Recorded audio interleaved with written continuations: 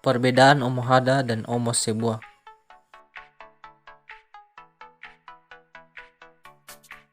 Omohada.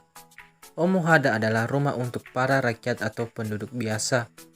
Rumah ini mempunyai bentuk persegi dan juga tiang-tiang yang terbuat dari kayu dan lengkap dengan atap yang terbuat dari rembia.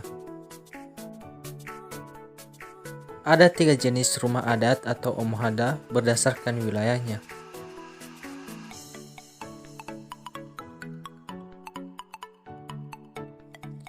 Omosebuah.